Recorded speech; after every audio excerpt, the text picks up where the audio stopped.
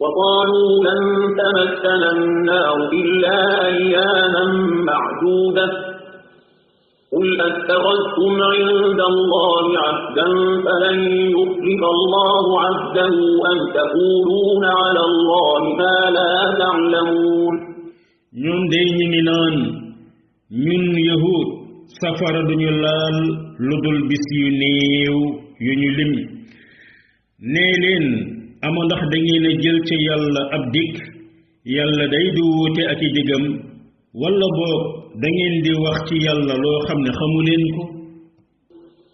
بلى من كتب سيئة وأحاطت به خطيئته فأولئك أصحاب النار هم فيما خالدون aha kay képp koo xam ne faggu na ñawteef ba mu peeg ko la nga xam ne mooy ay bakkaaram ñooñu day ñooy ñooñu sawara dañu fay sax ba faw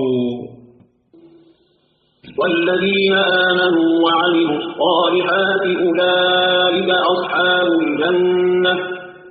هم فيها خالدون amma ñi nga xam ne dañoo gëm cay jëf-jëf yu yiw ya ñooñu day ñooy ñooñu àjjana dañu fay sax ba faw